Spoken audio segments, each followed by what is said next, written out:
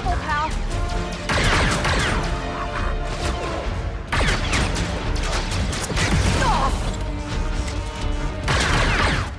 We first heard about a new Star Wars game coming from the developers of The Division at Massive Entertainment years and years ago. And now, Star Wars Outlaws is within touching distance. On top of carrying the weight of the Star Wars IP, the upcoming action-adventure title is also going to have high expectations to live up to as the next big release from a major AAA developer and publisher, and as the first ever open-world Star Wars game. As an exclusively single-player, narrative-driven game, Star Wars Outlaws is shaping up to be a very different kind of experience compared to what Massive Entertainment has traditionally been known for, while the same can be said on the gameplay front as well, where rather than the loot-driven RPG progression of The Division, Outlaws is going for an action-adventure experience that seems to be inspired by Uncharted, while also being set in a massive, seamless, interstellar open-world map. But though Massive likely will not have been able to look to its past works for solutions to new problems during Outlaws development on more than a few occasions, there are several other games out there that the game and its development team could and should have taken cues from.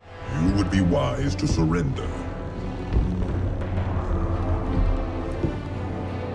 Yeah. Probably.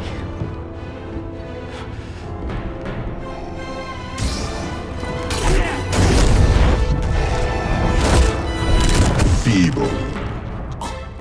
For instance, one direct and obvious point of comparison that can actually serve as a useful yardstick to measure Outlaws against is Star Wars Jedi Fallen Order and Survivor. At first glance, many might be tempted to dismiss that notion. Sure, both are single-player Star Wars games, but in so many ways, they're entirely different experiences.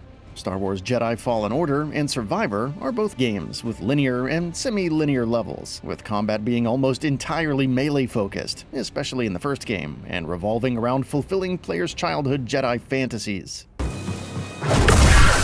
Star Wars Outlaws, on the other hand, is going to be an open-world game with ranged combat and stealth mechanics.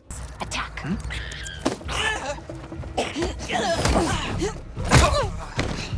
Good job, buddy.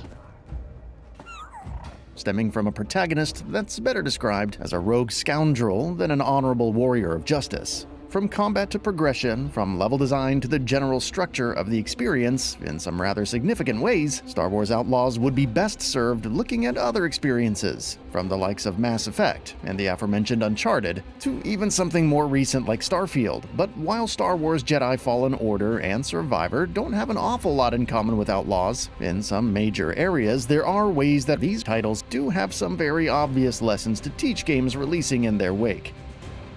Because, at the end of the day, Star Wars Outlaws is a AAA single-player story-driven Star Wars game, which means the expectations that it's trying to live up to are going to be very similar to the ones that Jedi Games do, even if they are so wildly different from each other in so many significant ways.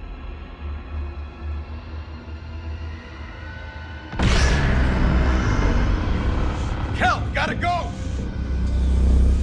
Cal, come back! Cal, where you going? Get back here, Cal!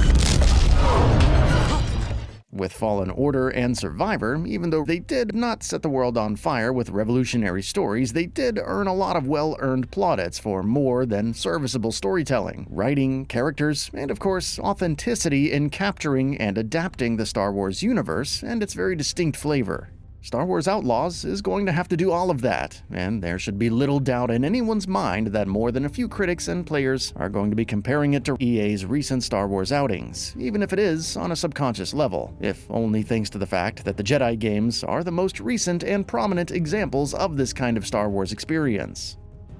That, of course, means that Massive Entertainment's game is going to have to ensure that it is, at least, matching or coming close to the strengths of the Jedi Games in the storytelling department, because anything less is likely going to be viewed as a disappointment, for the plain and simple fact that we have seen recent examples of single-player, story-driven Star Wars games done right. Of course, being billed as the ultimate Star Wars scoundrel fantasy, Outlaws' vibe and tone are going to be very different from the Jedi Games.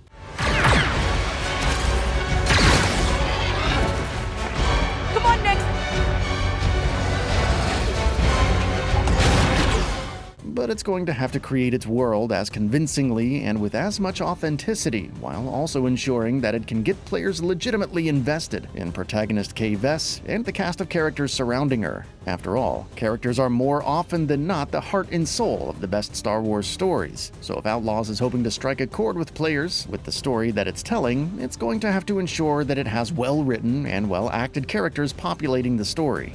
Beyond the story-related stuff, I suppose it would be fair to point out that another obvious lesson Star Wars Outlaws can take from Jedi Survivor in particular is to avoid a technically rough launch, though really that's a lesson that all games should take, regardless of whether or not they carry the Star Wars license. Many who have played Survivor will tell you that it is a legitimately fantastic game, more so than the larger perception surrounding it would have you believe.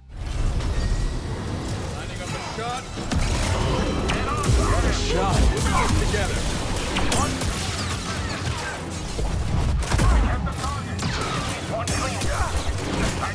Take a target. Leave some for me. That, however, has been drowned out by what were ultimately entirely valid criticisms of the extremely rough technical state that the game launched in on all platforms. And hell, it continued to be in that state for far longer than it should have been. Perhaps, if it had released with the level of polish and optimization that players expect, its core strengths would have been able to shine through much better. That, obviously, is a pitfall that Star Wars Outlaws needs to avoid. Though whether or not it will succeed is anyone's guess. Massive Entertainment have earned their reputations for having delivered more than a few technically rough games over the years.